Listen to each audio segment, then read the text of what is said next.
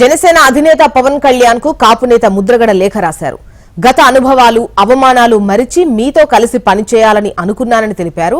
కొత్త రాజకీయ ఒరవడి తీసుకురావాలని కోరుకున్నానని, కానీ మీరు ఆ ఆలోచనలో లేరని అన్నారు. కిర్లంపూడి వస్తానని చెప్పించి రాలేదన్న ముద్రగడ, పవన్ నిర్ణయాలు ఆయన చేతిలో ఉండవని, ఎన్నో చోట్ల పర్మిషన్స్ తీసుకుని రావాలని సెటైర్స్ వేశారు.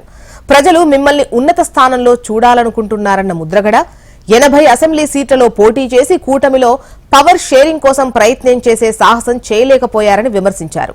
జనసేన పోటీ చేసే 24 మంది అభ్యర్థులకు తన అవసరం రాకూడదని భగవంతుణ్ణి ప్రార్థిస్తున్నానంటూ పవన్ కు రాసిన లేఖలో తెలిపారు ముద్రగడ.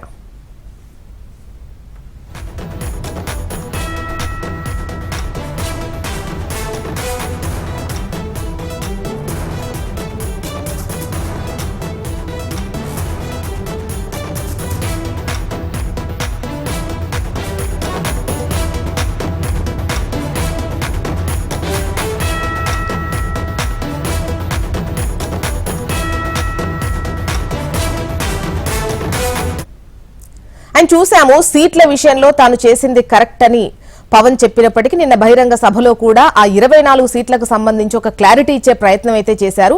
అయితే కూటమి ప్రభుత్వం ఏర్పడితే పవర్ షేరింగ్ ఉండాలని పవన్ కు సూచిస్తారనే ముద్రగడను పవన్ దూరం పెట్టారా అన్నటువంటి క్వశ్చన్స్ కూడా రేజ్ అవుతున్నాయి. ఇక దీనికి సంబంధించి వివరాలు అందించేందుకు ఉదయ్ సిద్ధంగా ఉన్నారు.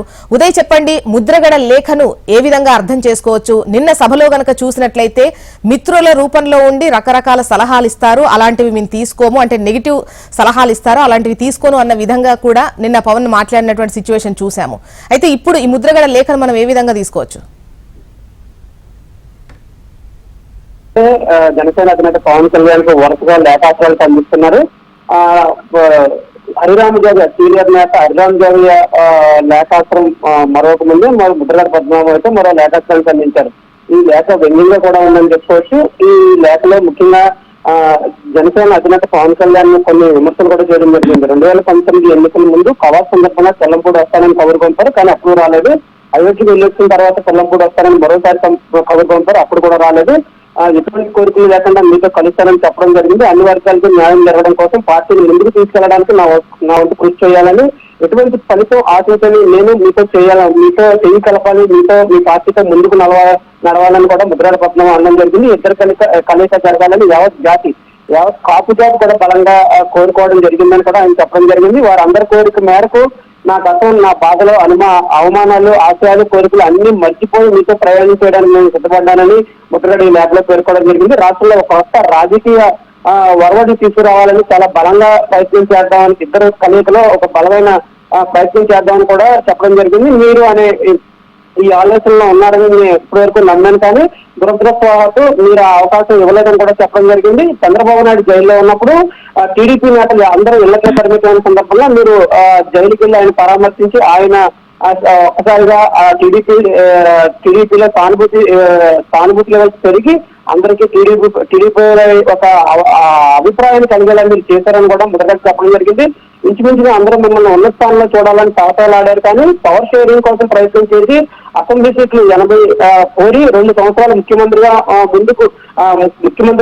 2 సంవత్సరాలు మిమ్మల్ని ఎందుకు ముఖ్యమంత్రి చేయాలని మీరు కోరలేదని కూడా ఆయన ప్రశ్నించడం జరిగింది.